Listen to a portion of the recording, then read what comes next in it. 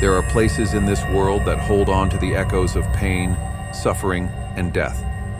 Hospitals, where life begins and ends, often become breeding grounds for lingering spirits trapped between worlds.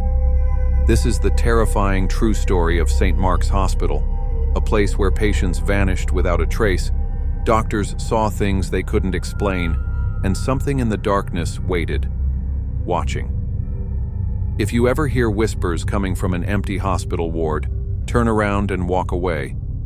St. Mark's Hospital was built in 1925 in a quiet town, serving thousands of patients over the decades. But by the 1980s, the hospital had gained a dark reputation. Patients spoke of shadowy figures standing at the foot of their beds. Nurses heard footsteps echoing in empty hallways. And then, the disappearances started.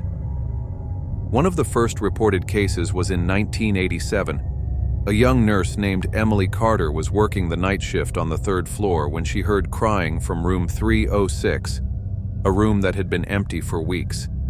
Thinking a patient had wandered in, she went to check. The crying stopped the moment she stepped inside. The room was dark, the bed still made, untouched. Then, the door slammed shut behind her. The other nurses found Emily hours later, curled in the corner of the room, shaking uncontrollably. She wouldn't speak, wouldn't eat, wouldn't sleep. She was taken to a psychiatric facility, where she spent the rest of her life mumbling about the black-eyed woman in the corner.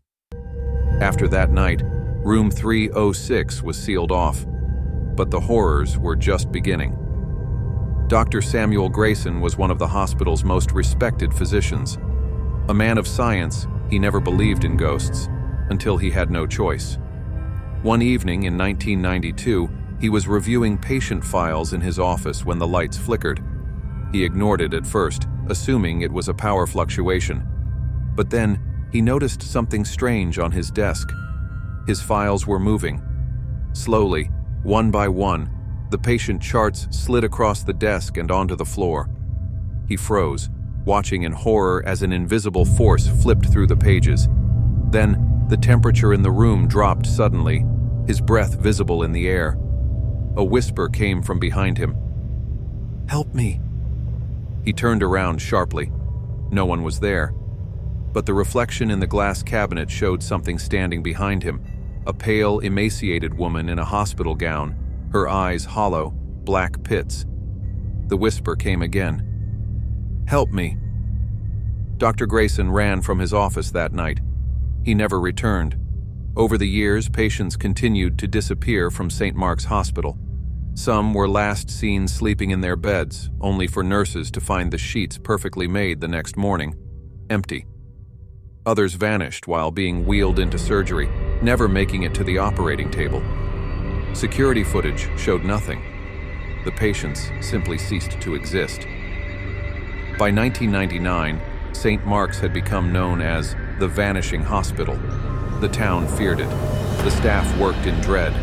And then, on one fateful night in October 2002, the hospital shut down for good.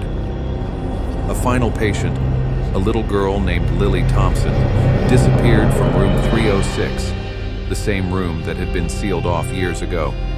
The hospital tried to cover it up, but the truth was undeniable. Lily was gone, and so was everyone else. Before the hospital closed, security guard James Holloway was assigned to patrol the empty building one last time. He carried a flashlight, walking through the silent hallways, the air heavy with an unexplainable weight. At 3:33 a.m., he reached the third floor. Room 306's door was open. James hesitated. He knew the stories, but something inside pushed him forward.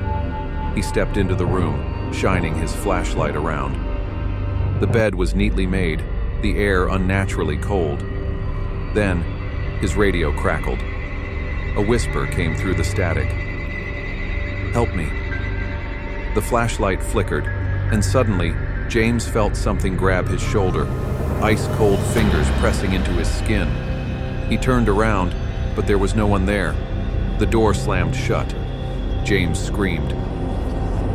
The next morning, when officials arrived to lock the hospital permanently, James was nowhere to be found. The only thing left behind was his flashlight, lying on the floor of room 306, still flickering. St. Mark's remains abandoned, a decaying structure filled with secrets. People who pass by at night claim they still see shadows moving behind the broken windows. Some even say they hear faint cries for help. And those who dare to enter, they don't always come back. Would you step inside? Or would you listen to the warnings and stay away? Because St. Mark's Hospital is waiting, and it never lets go.